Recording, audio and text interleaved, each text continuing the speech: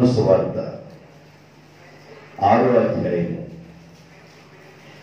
37వ వచనం. యోహాను సువార్త 6వ అధ్యాయము 37వ వచనం. తండ్రి నాకు అనుగ్రహించిన వారందరూ నా దగ్గరికి వస్తారు. తండ్రి, నీవు నాకు అనుగ్రహించిన వారందరూ నా దగ్గరికి వస్తారు. నా యొద్దకు వచ్చు వారిని నేను ఎంత మాత్రము బయటకు త్రోసివేయను. అందరూ చెప్పండి. నా యొద్దకు వచ్చు వారిని ఎంత మాత్రము బయటకు త్రోసివేయను. కాబట్టి దేవుని సన్నిధానానికి ఎవరైతే వస్తున్నారో, దేవుని పాదాల దగ్గరికి ఎవరైతే వస్తున్నారో, దేవుడు వారిని త్రోసివేయడు, నెట్టివేయడు. దేవుని సన్నిధానంలో ఉంటే ఆశీర్వాదాలు ఎలాగుంటాయి, దేవుని చేత త్రోసివేయబడితే పరిస్థితులు ఎలాగుంటాయో 2-3 టూకీగా చెప్తారు. మీరు జాగ్రత్తగా వినండి. అవసాన దశలో ఏంటది? తలపేసేయండి.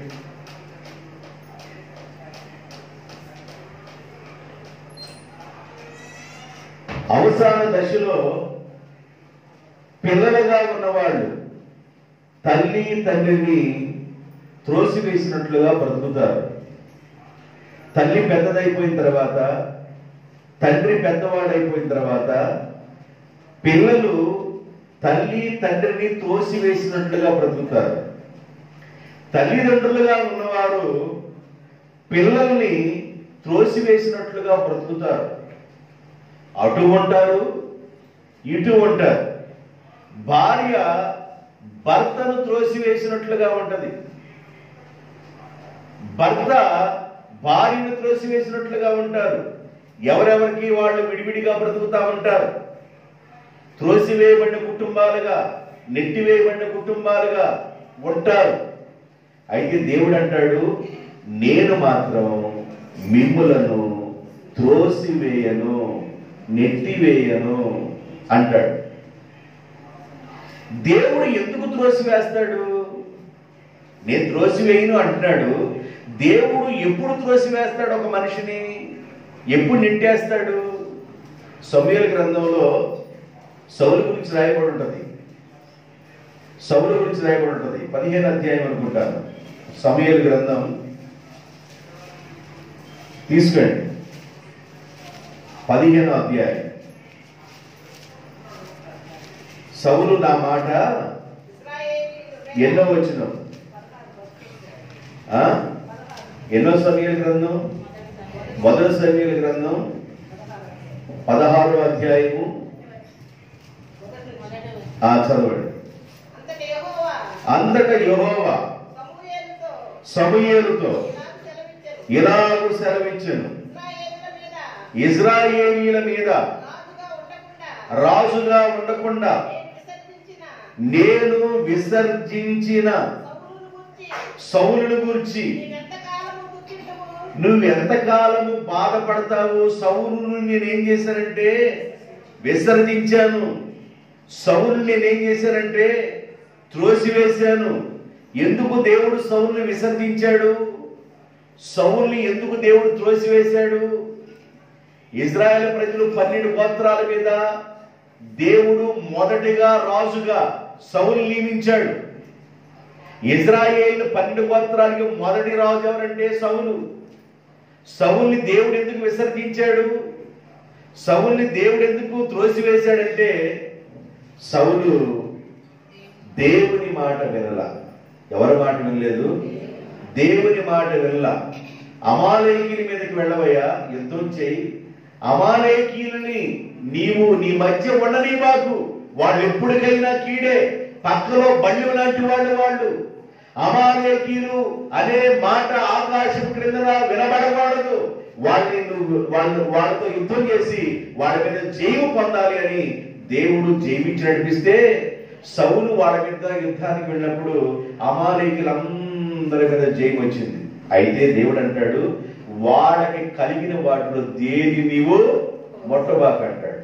ఈ సౌలు వెళ్ళిపోయి యుద్ధం చేసి గొర్రెల వైపు చూస్తే గొర్రెలు బాగా బలిసిపోయి బలంగా ఉన్నాయి. ఈ నా రాజ్యాన్ని తోలికెళ్తే బాగుంటుందని అమాలేకీయుల గొర్రెలు మొత్తాన్ని ఆయన రాజ్యాన్ని తోలుకొచ్చాడు. ఒక రాజు శత్రువుల గొర్రెలు తోలుకొని వచ్చాడు. తోలుకొచ్చాడు. ఆ గొర్రెలు ఏం చేశాడంటే యెహోవాకు బలర్పించాలనుకున్నాడు. ఎవరికి బలర్పించాలనుకున్నాడు? దేవునికి బలర్పించాలనుకున్నాడు. ఒక రాజు దగ్గర దేవునికి బలర్పించడానికి గొర్రెలు లేవా? ఎడ్లు లేవా? బలర్పించడానికి రాజు దగ్గర బలికి సంబంధించిన గొర్రెలు లేవా? సమూయేలు ప్రవక్తను పిలిచి, ఏమయ్యా బాగా సౌండ్ వినపడుతుంది, గొర్రెలు బాగా అరుస్తున్నట్లున్నాయి, ఎక్కడి ఆ గొర్రెలు అన్నాడు. ఎక్కడి ఆ గొర్రెలు అంటే, నేను అమాలేకీయుల దగ్గర నుండి తీసుకొచ్చానయ్యా అన్నాడు. దేవుడు ఏం చెప్పాడు, నువ్వేం చేసావు? దేవుడు చెప్పింది ఏంది, నువ్వేం చేసావు? అమాలేకీయులకు కలిగిన వాటిని ఏది ముట్టబాకండి, వాళ్ళతో యుద్ధం చేస్తే అమాలేకీయులందరినీ ఒక మనుషుడిని కొట్టినట్టుగా కొట్టగలిగిన బలమైన శక్తిని సౌలా నీకు దేవుడు దయచేశాడు కదా, ఎందుకు నువ్వు ఆశించావు అని ఆ మాట మాట్లాడిన తర్వాత, దేవుని మాట నువ్వు లెక్క చేయలేదు కనుక, దేవుని మాట నీవు వినలేదు కనుక, చదవండి. సౌలు నన్ను అనుసరింపగా వెనుక తీసి నా ఆజ్ఞలను గైకొనకపోయెను గనుక, నా మాటలు వినకపోయెను గనుక, నేను రాజుగా నియమించినందుకు నేను పశ్చాత్తాపడుతున్నాను అంటున్నాడు దేవుడు. త్రోసివేశాడు. బైబిల్ ఏం చెప్తుందంటే, నా యొద్దకు వచ్చు వారిని నేనెన్నడూ త్రోసివేసే దేవుణ్ణి కానంటాడు. త్రోసివేసే దేవుడు కానన్న ఆ దేవుడే సౌలుని ఎందుకు త్రోసివేశాడు అంటే, సౌలును త్రోసివేయడానికి చాలా కారణాలు ఉన్నాయి. అభిషేకం పొందిన వాడు ఎప్పటిపడ్డాడు? దేవుడు అభిషేకం పొందిన దావీదు ఎప్పటిపడి దావీదును చంపాలనుకున్నాడు. చెప్పిన మాట విననివాడు, లోబడినవాడు. ఎన్నో కారణాలు సౌలులో ఉన్నాయి కనుక ఈ కారణాలన్నిటిని బట్టి ఆయన అంటాడు, సౌలు నేను బిన్యామీను గోత్రంలో చాలా చిన్న గోత్రంలో ఉన్నవాడినయ్యా, నా గోత్రాన్ని ఎన్నుకొని 12 గోత్రాల వారిని పరిపాలన చేయడానికి నేనే బాటి వాడిని అంటాడు. పర్లేదు, నీవు దేవుడికి నచ్చావు కాబట్టి దేవుడు నిన్ను ఎన్నుకున్నాడు. క్వాలిఫికేషన్ లేకపోయినా కూడా ప్రభు నేను ఎన్నుకున్నాడు, ప్రభు నిన్ను ఏర్పాటు చేసుకున్నాడు. 12 గోత్రాల వారిని పరిపాలన చేయడానికి. ఇజ్రాయేల్ 12 గోత్రాలు. ఇజ్రాయేల్ గురించి బైబిల్ ఏం చెప్తుందంటే, ఇజ్రాయేలును ముట్టినవాడు నా కరుపాపను ముట్టినట్లు. ఇజ్రాయేలును కాపాడు వాడు కొనకడు, నిద్రపాడు. ఇజ్రాయేలుకి దేవుడు తండ్రిగా ఉన్నాడు. అలాంటి ఇజ్రాయేలు మీద రాజుగా దేవుడు చేశాడు. చిన్న గోత్రంలో ఉన్న బెన్యామీను గోత్రంలో ఉన్న సౌలుని నిలబెట్టుకోలేకపోయాడు, కాపాడుకోలేకపోయాడు, దేవుని మాట వినలేకపోయాడు, దేవుని చిత్తానికి లోబడలేకపోయాడు. ఎన్నోసార్లు దేవుడు చూసి చూసి చూసి నేను అనవసరంగా రాజుగా నిలబెట్టానని మనసులో బాధపడ్డాడంట. దేవుడు మనసులో బాధపడ్డాడు, దుఃఖపడ్డాడు. కాబట్టి దైవ సన్నిధానంలో మనం ఏం చేయాలంటే, దేవుని మాట వినటం శ్రేష్టం. ఒక వ్యక్తి బలిని అర్పించడం కంటే యెహోవా మాటను వినటం శ్రేష్టమైంది కదా. నువ్వు బలిని అర్పించడానికి తీసుకొచ్చావా గొర్రెలో? దేవుడేమన్నా బలి ఇవ్వమన్నాడా నిన్ను? బలి అర్పించడానికి నీ దగ్గర గొర్రెలు లేవా? శత్రువు గొర్రెలు తీసుకొచ్చి నువ్వు బలి అర్పిస్తావా దేవునికి? ఇది నీకు న్యాయమేనా? దేవుడు ఇశ్రాయేలు మీద నిన్ను రాజుగా చేసినందుకు ఎంతో బాధపడుతున్నాడు. ఆయన నిన్ను త్రోసివేశాడు. బైబిల్ ఏం చెబుతుందంటే, నా దగ్గరకు వచ్చి వారిని నేను ఎంత మాత్రము త్రోసివేసే దేవుడను కాను అన్న దేవుడు ఎందుకు సౌలును త్రోసివేశాడంటే కొన్ని కారణాలు చెప్పాను.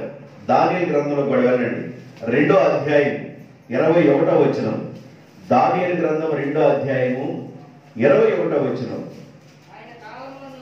ఆయన కాలములను సమయములను మార్చువాడయుండి రాజులను త్రోసివేయుచు రాజులను నియమించుచు ఉన్నవాడు మనం ఆరాధించే దేవుడు. ఆయన రాజులు నియమించే దేవుడు, రాజులను త్రోసివేసే దేవుడు. సింహాసనం మీద కూర్చోబెట్టే దేవుడు, సింహాసనం మీద త్రోసివేసే దేవుడు. ఆయన ప్రణాళికలో, ఆయన చిత్తములో దేవుడు ఎవరినైతే ఏర్పాటు చేసుకుంటాడో వాళ్ళని దేవుడు సింహాసనం మీద కూర్చోబెడతాడు.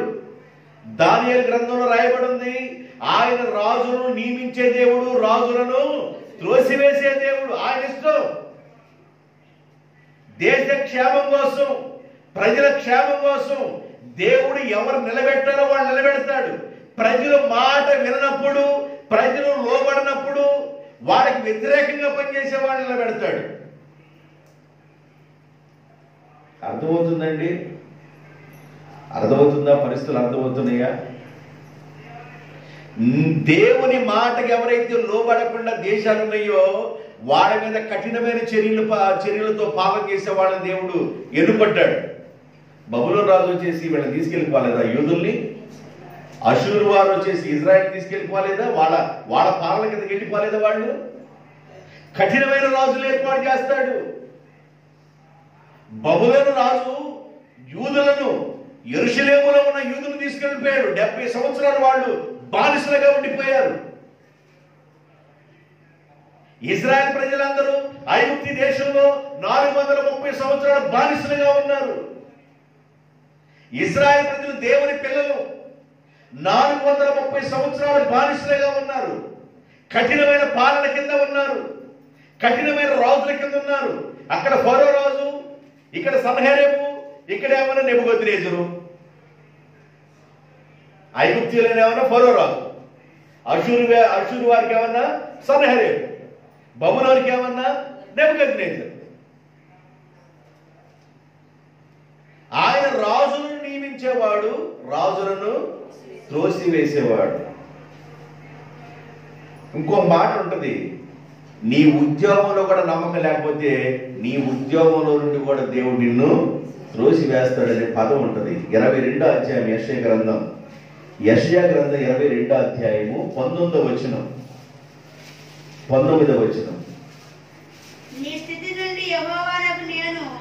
నీ ఉన్న స్థితి నుండి యెహోవానగు నేను నిన్ను తొలగించెదను. నీ ఉన్న స్థితి నుండి యెహోవానైన నేను నిన్ను తొలగించెదను.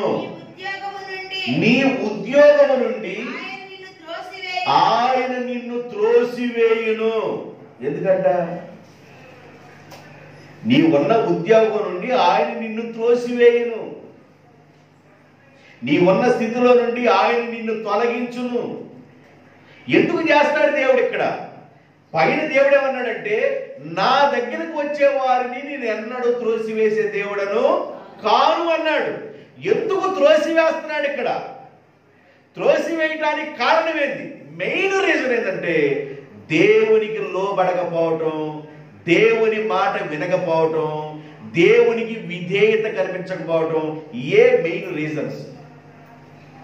రాత్రి మీకు చెప్పాను, పట్టణమా ఆలకించుము అన్నప్పుడంట జ్ఞానం కలిగిన వాడంట వెంటనే దేవునికి లోబడిపోతాడు.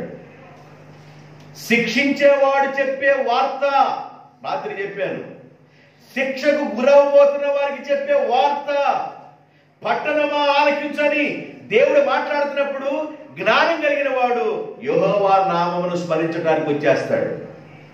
జ్ఞానం లేని వాళ్ళు ఏం చేస్తారంటే, ఎప్పటి నుంచో చెబుతున్నారు, ఎప్పటి నుంచో మాట్లాడుతున్నారు, ఎప్పటి నుంచో మన తాత మొత్తాల దగ్గర నుంచి మాట్లాడుతున్నారు, ఏమైంది, ఆ రోజున ఏమైంది, ఈ రోజు కూడా ఏమైంది అనుకుంటున్నారు.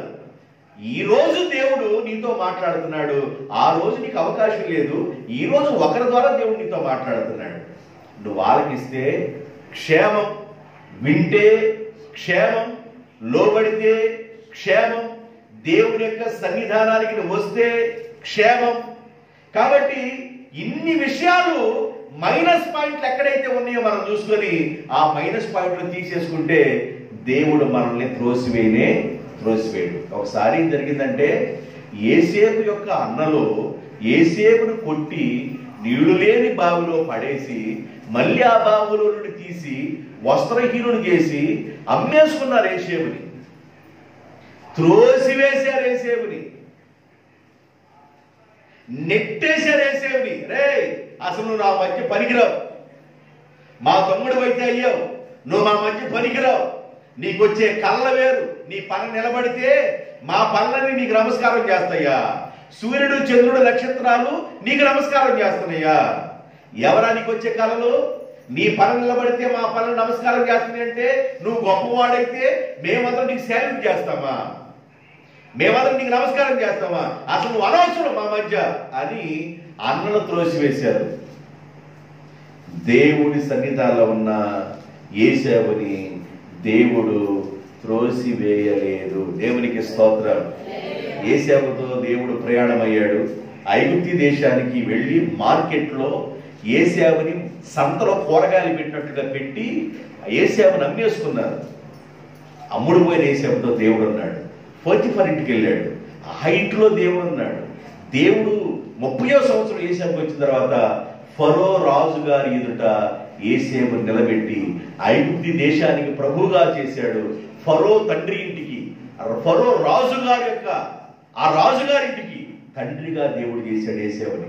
చిన్న వయసులో ఉన్న యోసేపుని అంత ఉన్నతమైన స్థానంలో తీసుకెళ్ళడానికి కారణం ఏంటంటే యోసేపు దేవుని మాటలో ఉన్నాడు, కష్టంలో దేవుని మాటలో ఉన్నాడు, శ్రమలు వచ్చినా దేవుని మాటలో ఉన్నారు, ఆయన తన్నులు తిన్నా దేవుని మాటలో ఉన్నాడు, అవమానాలు వచ్చినా దేవుని మాటలో ఉన్నాడు, ఇబ్బందులు వచ్చినా దేవుని మాటలో ఉన్నాడు. అవమానం అంటే ఏంటంటే పోతిఫర్ భార్య ఆయన బలవంతం చేసింది. నేను నీతో పాపం చేయనమ్మా అన్నాడు. ఆ వెంటనే ఏం చేసిందంటే నువ్వు తీసుకొచ్చి నీ బానిస ఈ వ్యక్తి నన్ను బలవంతం చేశాడు, ఇది మీ చీర చిరిగిపోయింది, ఈ జాకెట్ చిరిగిపోయిందని ఆమంతా పుట్టలేస్తే ఏ భర్త కోపం రాకుండా ఉంటుంది, భర్త తీసుకెళ్లిపోయి జైల్లో వేసాడు. జైల్లో కూడా యోసేపుకి దేవుడు తోడుగానే ఉన్నాడు. 13 సంవత్సరాలు తండ్రికి దూరం అయిపోయాడు, అన్నదమ్ములకు దూరం అయిపోయాడు. 13 సంవత్సరాలు జైల్లో ఉన్నాడు, దేవునితో ఉన్నాడు. 13 సంవత్సరాలు తండ్రితో 17 సంవత్సరాలు, జైల్లో 13 సంవత్సరాలు, మొత్తం కలిసి 30 సంవత్సరాలు. 30 సంవత్సరాల తర్వాత యోసేపుని ఫరో ఎదుట నిలబెట్టెను. దేవునికి స్తోత్రం. ఫరో ఎదుటికి యోసేపుని ఎందుకు నిలబెట్టారంటే ఫరో రాజు కళ వచ్చింది. ఆ కళ చెప్పేవాడు లేరు, దాని భావం చెప్పేవాడు లేరు. యోసేపు ఆ కళని తన భావాన్ని మొత్తం చెప్పాడు కనుక ఇక నీవే 7 సంవత్సరాలు పంట పండింది, 7 సంవత్సరాలు కరువు వచ్చింది అంటావు కాబట్టి ఆ పంట పండిన 7 సంవత్సరాలు నువ్వేం చేయాలనుకున్నావో, దేశ రక్షణ వరకు నువ్వేం చేయాలనుకున్నావో అది చేయని బాధ్యతలు మొత్తం అప్పగించాడు ఒక రాజు. ఫరో ఐగుప్తు దేశాన్ని పాలన చేసే రాజు. ఐగుప్తు దేశానికి ఆయన ఎలా ఉన్నాడంటే ప్రైమ్ మినిస్టర్గా ఉన్నాడు, గొప్పవాడైపోయాడు. దేవుడు సన్నిధానంలో ఆయన మాట విన్నవాడిని దేవుడు ఎన్నడూ త్రోసివేయడు. నా దగ్గరికి వచ్చేవారిని నేను ఎన్నడూ త్రోసివేసే దేవుడను కాను అన్నాడు. ఆది పితరులైన ఆదాము ఎవరున్నారే, వాడికి పుట్టాడు ఒక అబ్బాయి. ప్రథమ సంతానం ఎవరంట? ఆదాము అవ్వలకి ప్రథమ సంతానం ఎవరు? కయ్యూను. తర్వాత ఎవరు పుట్టారు? ఏబేలు. కయ్యూను ఎలా ఉన్నాడు చూడండి, 4వ అధ్యాయము 16వ వచనం, ఆదికాండం 4:16. అప్పుడు కయ్యూను యెహోవా సన్నిధిలో నుండి బయలుదేరి వెళ్ళిపోయిను. దేవుని సన్నిధానం నుంచి వెళ్ళిపోయాడు. దేవుని సన్నిధానంలో ఉండవలసిన వాళ్ళు దేవుని సన్నిధానంలో ఉండకుండా దేవుని సన్నిధిలో నుండి వెళ్ళిపోయారు. దేవుని సన్నిధిలో ఉండవలసిన వాళ్ళు దేవుని సన్నిధిలో ఉండకుండా బయటికి వెళ్ళిపోయారు. దేవుని సన్నిధానంలో ఒక కుటుంబం, ఒక ఫ్యామిలీ కనిపెట్టుకొని ఉంది. కీర్తన గ్రంథం 51వ కీర్తన 11వ వచనం, నీ సన్నిధిలో నుండి దేవా నీ సన్నిధిలో నుండి నన్ను త్రోసివేయకము, నీ పరిశుద్ధాత్మను నా యొద్ద నుండి తీసివేయకము. అయ్యా, నేను బలహీనుడయ్యాను, నేను తప్పు చేశాను, నేను పాపం చేశాను, అన్యాయంగా ఒక వ్యక్తిని సంపేపించిన వాడిని అయిపోయాను. బచ్చబాని నా భార్యగా చేసుకున్నా, ఉరియాని యుద్ధంలో ముందు పెట్టి చంపేపించాను. నా బలహీనతను, నా తప్పులని నాతాను ప్రవక్త ద్వారా నువ్వు తెలియజేసావయ్యా. అయితే నా తప్పులు ఒప్పుకున్నానయ్యా. ఒక రిక్వెస్ట్ చేస్తున్నా. ఆ రిక్వెస్ట్ ఏంటంటే, నీ సన్నిధిలో నుండి నన్ను త్రోసివేయు. దేవుని సన్నిధానంలో ఉన్న ఆశీర్వాదం తెలిసిన వాడు, దేవుని దగ్గర నుండి వస్తే దేవుని దగ్గర ఉన్న బెనిఫిట్స్ అన్ని తెలిసిన వాడు, దేవుని సన్నిధానంలో ఉంటే వచ్చే లాభం తెలిసిన వాడు దావీదు.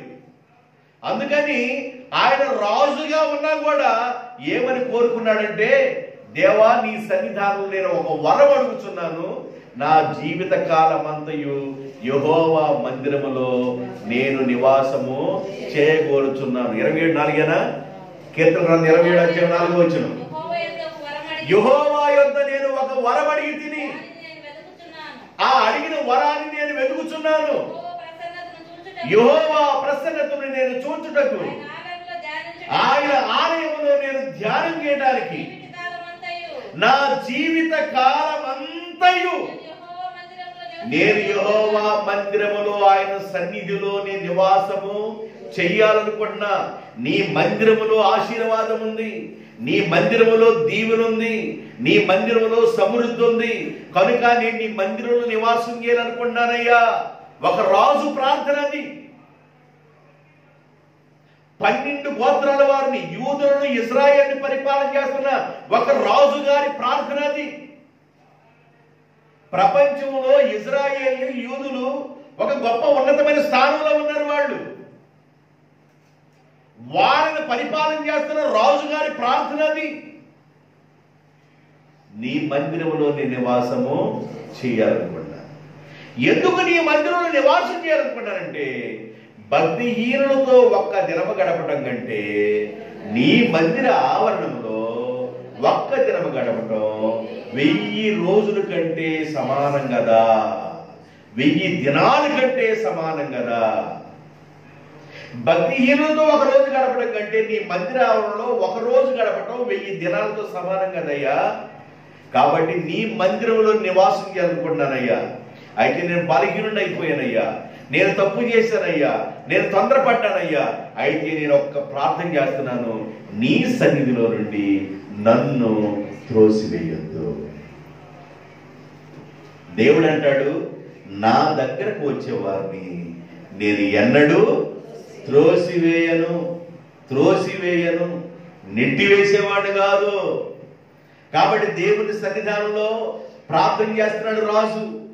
దేవుని పాదాలు పట్టుకున్నాడు, నన్ను త్రోసివేయొద్దయ్యా, నీ పరిశుద్ధాత్మను నా దగ్గర నుంచి తీసివేయొద్దయ్యా, నీ పరిశుద్ధాత్మను ఆనందం పోతే నేను బ్రతకడం వేస్తయ్యా, నన్ను జ్ఞాపకం చేసుకో ప్రభువా, నన్ను త్రోసివేయొద్దయ్యా, నన్ను త్రోసివేయొద్దయ్యా అని ప్రార్థన చేసుకుంటున్నాడు. దేవుని సన్నిధానంలో నుండి నన్ను ఎందుకు త్రోసివేయొద్దని ప్రార్థన చేసుకుంటాడంటే, ఆయన సన్నిధిలో ఏదో ఉంది. ఆ ఏదో ఏంటంటే, అదే కీర్తన గ్రంథంలో 16వ కీర్తన 11వ వచనం, జీవ మార్గమును 16:11 జీవ మార్గమును నీవు నాకు తెలియజేసెదవు, నీ సన్నిధిలో సంపూర్ణ సంతోషము కలదు. సంతోషం వేరు, సంపూర్ణమైన సంతోషం వేరు. కొంతమంది నవ్వాలి కాబట్టి నవ్వుతారు, లోపల ఎంతో బాధ ఉంది. కొంతమంది నవ్వాలి కాబట్టి నవ్వుతారు. హార్ట్ఫుల్ గా నవ్వేది వేరు, హార్ట్ఫుల్ గా సంతోషించేది వేరు. బైబిల్ అనేది చెబుతుంది, నీ సన్నిధిలో సంపూర్ణమైన సంతోషము కలదు. సంపూర్ణమైన సంతోషం ఏదన్నా ఉంటే అది నీ సన్నిధిలో ఉందయ్యా. నీ సన్నిధిలో బ్రతుకుతానయ్యా, నేను నా కుటుంబం నీ సన్నిధానంలో ఉంటానయ్యా. ఆయన కనుక యెహోషువ అన్నట్లుగా నేనును నా ఇంటి వారు అందరము నీ ఇంటిలో నీ సన్నిధిలో ఉంటామయ్యా. యెహోవా మందిరములో ఉంటాం, యెహోవాతో ఉంటాం, దేవుణ్ణి ఆరాధిస్తాం. నేను నా ఇంటి వారు యెహోవాను సేవించదము. ఎందుకు భక్తులు దేవుని పాదాలు పట్టుకొని అంత సంతోషిస్తున్నారు? కుడివాడి నుండి ఒక అతను ఇదివరకు రోజుల్లో దాదాపు 50-60 సంవత్సరాల రోజుల్లో ఈ మాణిక మమ్మల్ని అడిగి చెప్తారు, ఆ వాద మీద నుంచి పడి ఆ కాలంలో నుండి తీసుకొని వచ్చి యువతలకు వచ్చి దేవుని గురించి చెప్పేసి వెళ్తా ఉండేవాడంట ఒక వ్యక్తి కుడివాడి నుండి. అవునమ్మా? ఏంటంట ఆయనకంత బాధ? ప్రేమయ్య గారు బాగా వాద పారుతా ఉంటే తీసుకొని యువతలకు వచ్చి మళ్ళా దేవుని వాక్యం చెప్పి తీసుకొని అవతలకి వెళ్ళి ఏంటంత బాధ ఆయనకి? బాధ కాదు, సంతోషం ఆయనకి. ఈరోజు నేను వాక్యం చెప్పాను, వింటే ధన్యులు, వినకపోతే చేసేదేమీ లేదు. కాట్మోల్ జాన్ గారు 70-80 సంవత్సరాల క్రితం వాళ్ళని అడిగితే ఆయన గురించి చెప్తారు. కాట్మోల్ జాన్ గారు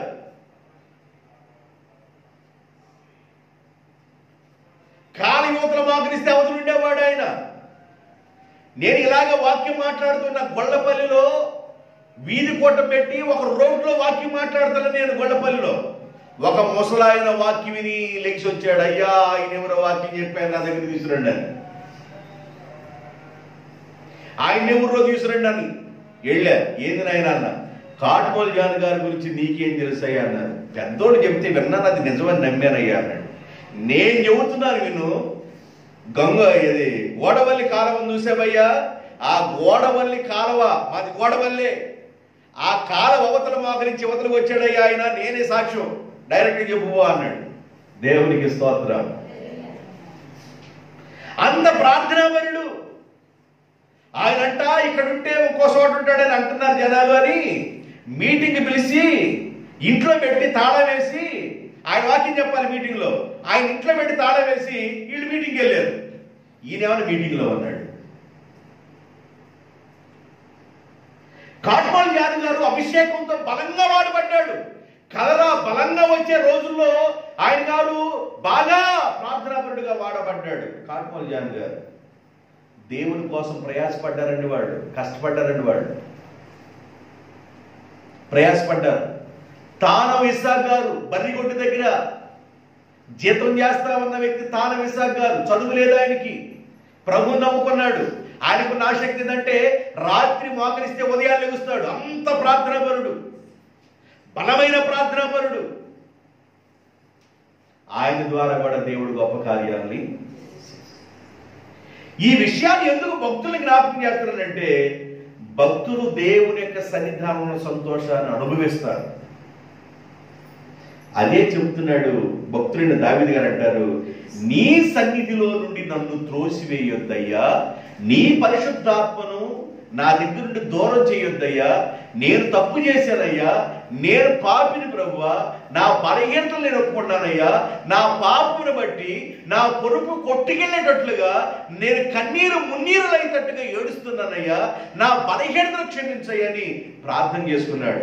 ఎందుకు ఆయన సన్నిధానం నుంచి త్రోసివేయొద్దన్నాడంటే, ఆయన సన్నిధిలో సంపూర్ణ సంతోషములు ఉన్నాయి. దేవుని సన్నిధానంలో సంతోషం వేరండి, అది అనుభవించే వాళ్ళకే తెలిసింది. దేవుని సన్నిధానంలో సంతోషం అనుభవించే వాళ్ళకే తెలిసింది. ఆయన పాద సన్నిధానంలో ఉన్న ఆశీర్వాదాన్ని అనుభవించే వాళ్ళకే తెలిసింది. ఆయన సన్నిధానం ఇంకేముంది? యెషయా గ్రంథం 64వ అధ్యాయం 1వ వచనం. ఇంకో 5-10 నిమిషాల వాక్యాన్ని చేస్తారు. గగనమును చీల్చుకొని, గగనం అంటే ఏంది? ఆకాశం. గగనమును చీల్చుకొని నీవు దిగి వచ్చెదవుగాక,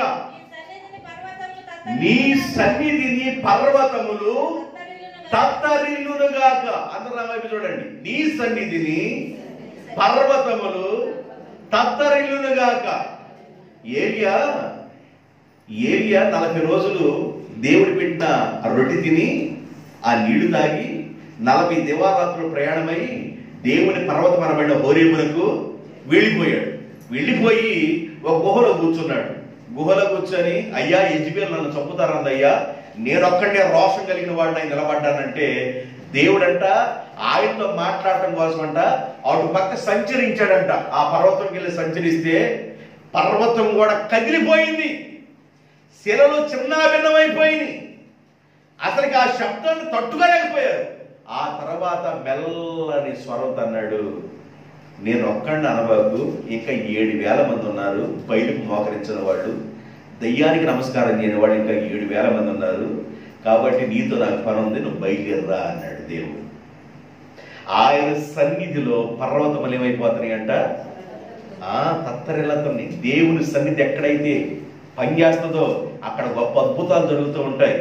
దేవుని సన్నిధి వస్తేనే పర్వతాలు తట్టుకోలేకపోతున్నాయి. దేవుని సన్నిధి వస్తేనే పర్వతాలు తట్టుకోలేకపోతున్నాయి. గగనము చీల్చుకొని నువ్వు రాయ్యా, నీ సన్నిధానంలో పర్వతాలు కూడా తట్టుకోలేవు.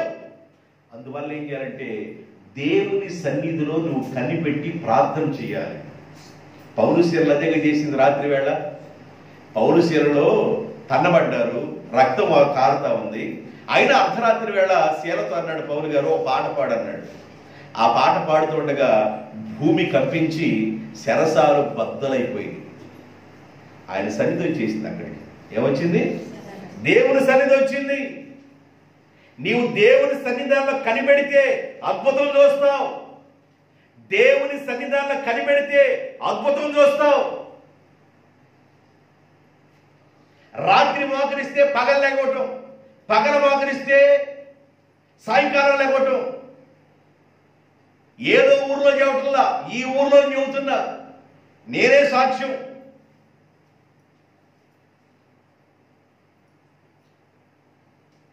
గడప దాడితే అద్భుతాలు జరిగాయి. దేవునికి స్తోత్రం. నిజమే, వేరే ఊర్లకి అయితే నమ్మకపోవచ్చు, ఈ ఊర్లో ఇక్కడే అద్భుతాలు జరిగినాయి.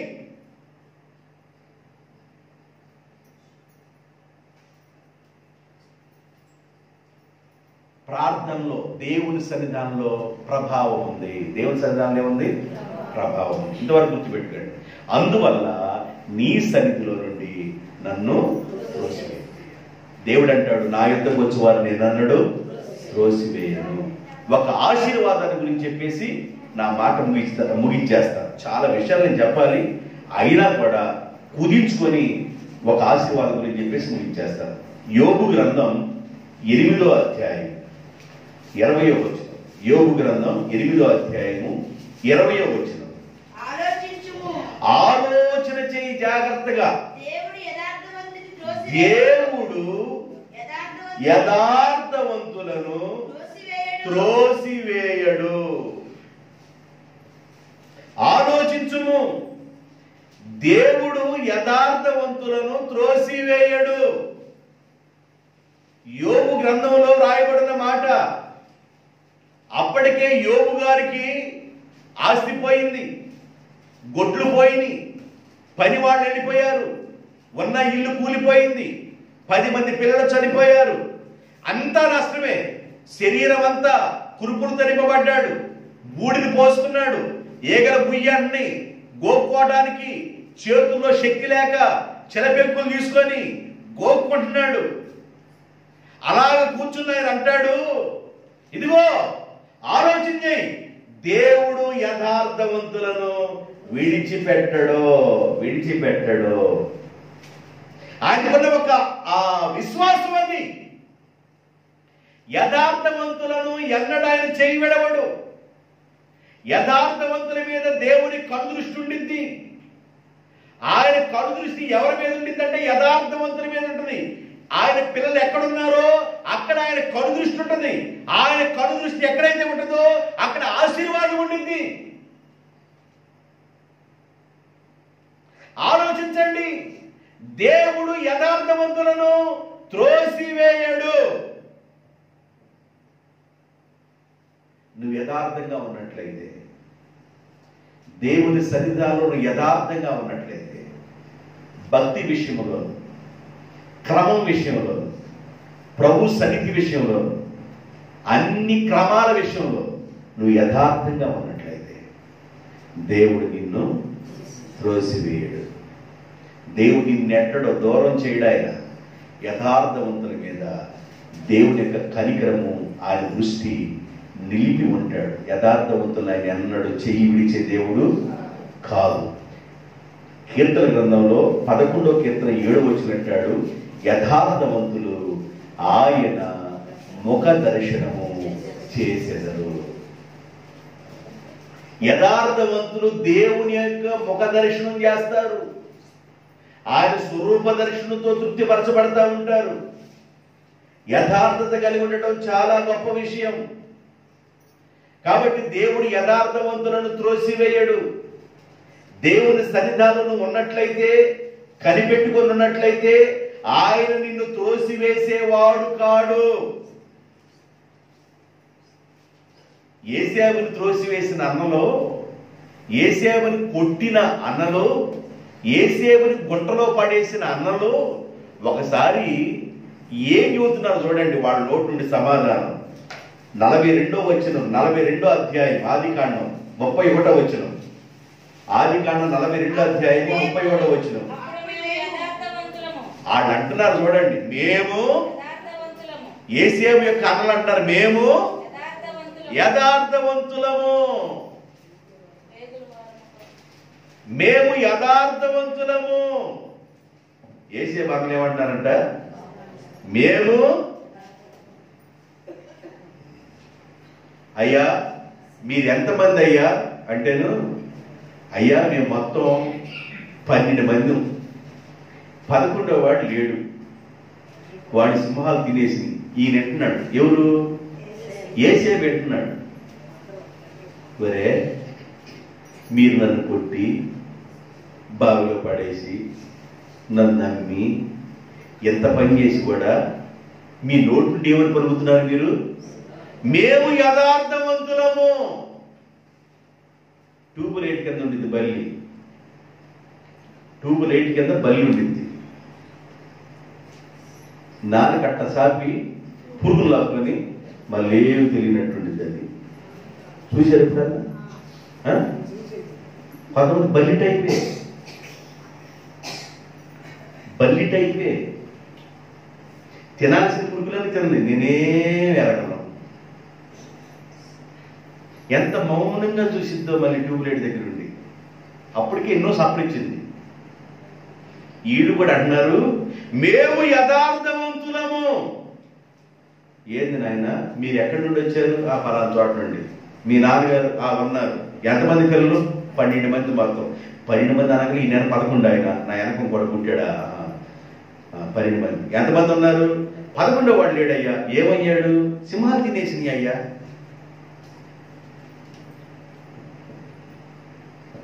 MM కానీ ఆడిస్తే 111 రోజులు ఆడింది.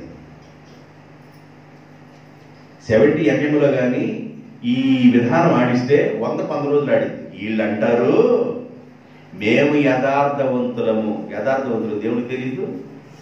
యథార్థత ఉందో లేదో దేవునికి తెలియదా?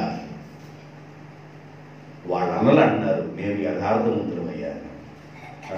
సరేలే. తర్వాత యేసేపు వాళ్ళందరితో కూర్చొని వరుసగా, బెన్యామీను ఆఖరివాడు, తర్వాత యేసేపు, తర్వాత అలాగే వరుసగా అందరూ పెద్దోళ్ళ దగ్గర అందరూ వరుస కూర్చున్నారు. 12 మంది. 12 మంది వరుస కూర్చొని నేనే యేసేపుని ఎప్పుడైతే చెప్పాడో ఎటువంటి పారిపోవడానికి సిద్ధంగా ఉన్నారు. భయం వచ్చేసింది. ఎందుకంటే యేసేపుని కొట్టింది మనమే కదా, గుండ్లో పడేసింది మనమే కదా, అమ్మేసుకుంది మనమే కదా. ఈ రోజున యేసేపు నోరు తెరిసి చప్పట్ల గాని కొట్టాడా, మనం ఎక్కడ ఉండాలా? జైల్లో పడ్డా.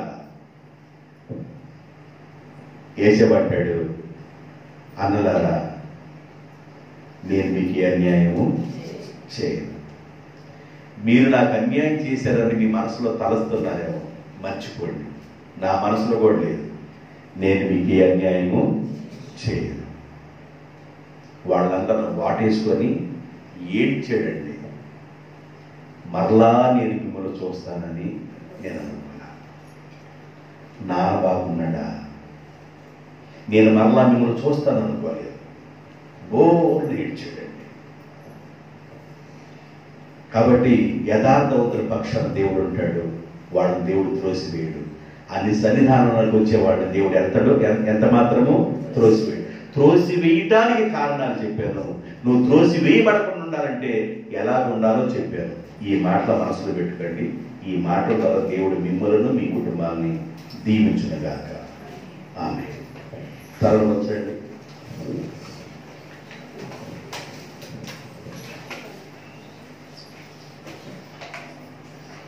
పరిశుద్ధుడైన మా తండ్రి, ప్రేమాస్వరూపుడైన మా ప్రియ పరలోకపు దేవ, మీ పరిశుద్ధమైన శ్రేష్టమైన పాదములకు స్తుతి స్తోత్రాలైనా. మీ సన్నిధిలో నుండి మమ్మల్ని త్రోసివేసే దేవుడు కాదని, మీ దగ్గరకు వచ్చేవాడిని ఎన్నడూ త్రోసివేసేవాడు కాదని, యథార్థవంతులను త్రోసివేసే దేవుడు కాదని, మీ సన్నిధానంలో ఉండటం వల్ల వచ్చే ఆశీర్వాదం ఏందో మేము విన్నాం. కాబట్టి మీ సన్నిధానంలో కనిపెట్టుకొని ప్రార్థించే బిడ్డలుగా ఉన్నట్లుగాను, మీ సన్నిధానంలో ఉన్న ఆశీర్వాదం చేత మీ బిడ్డలను తృప్తిపరచమని, మేలు చేయమని, సహాయం చేసే యేసుక్రీస్తు నామములో కూడిన బిడ్డలంతటా దీవించి ఆశీర్వదిస్తూ ప్రార్థన చేయుచున్నాను తండ్రి. ఆమేన్.